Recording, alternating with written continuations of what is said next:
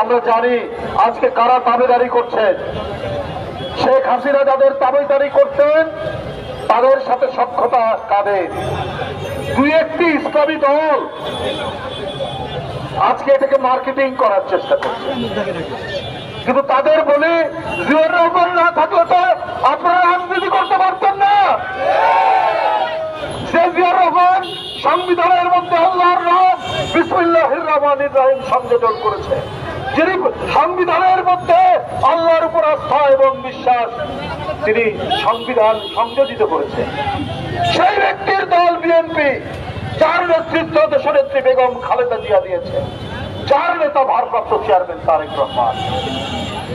আপনারা নানা কায়দায় নানাভাবে অপপ্রচার দিয়ে আপনি সত্য লুকানোর চেষ্টা করবেন। আমরা বলতে চাই যে সত্য তথ্য উদ্ঘাটন, আমরা আইন শৃঙ্খলা বাহিনীকে, প্রশাসনকে বলেছি মিটফোর্ডের ঘটনায় সত্য তথ্য উদ্ঘাটন করে তাদেরকে ধরুন। বন্ধুরা, একটা প্রশ্ন, একটা বড় ধরনের প্রশ্ন, যে বুধবারের দিন ঘটনা ভাইরাল হলো কি করে শুক্রবারে? এটা কারা ধারণ করেছেন? এটা কারা এই কাজ করছেন? এটা নিশ্চয়ই রাষ্ট্রের অত্যন্ত গভীরে অথবা এমন ব্যক্তিরা করছেন যাদের সাথে আন্তর্জাতিক কোন শক্তির সম্পর্ক রয়েছে।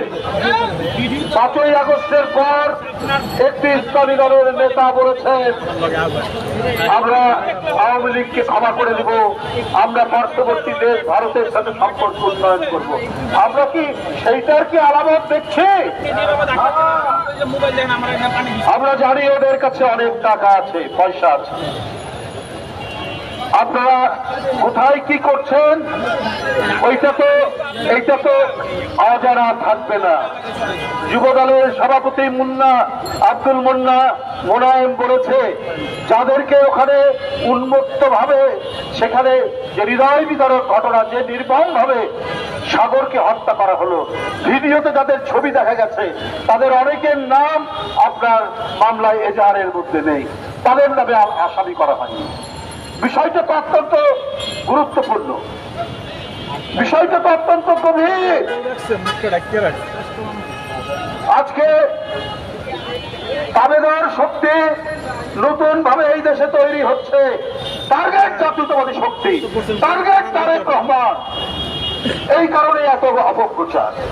আমরা যদি দেখতাম এই ঘটনায় বিএনপি নির্বিকার, বিএনপির ভারপ্রাপ্ত চেয়ারম্যান তিনি চুপচাপ, কিন্তু ঘটনার সময় থেকে তার নিন্দা, তার প্রতিবাদ এবং আসামিদেরকে ধরার জন্য তার যে আকুলতা, তার যে নির্দেশ, আমরা প্রতি মুহূর্তে প্রতি সময়ে আমরা সেটা দেখছি। এইটা তার টার্গেট হওয়ার কারণ কি জানেন? তার টার্গেট হওয়ার কারণ যে 10,000 মাইল দূর থেকে তিনি আজকে 5-6 বছর তিনি যেদিন থেকে ভারপ্রাপ্ত চেয়ারম্যান এই দেশের সাধারণ মানুষকে সংগঠিত করেছে। গ্রাম অঞ্চল থেকে শহর থেকে জাতীয় পর্যায় পর্যন্ত মানুষকে, এদেশের সাধারণ মানুষকে তিনি সংগঠিত করেছেন। এই কারণে যত হিংসা কয়েকটি রাজনৈতিক দল, এই কারণেই যত প্রতিহিংসা।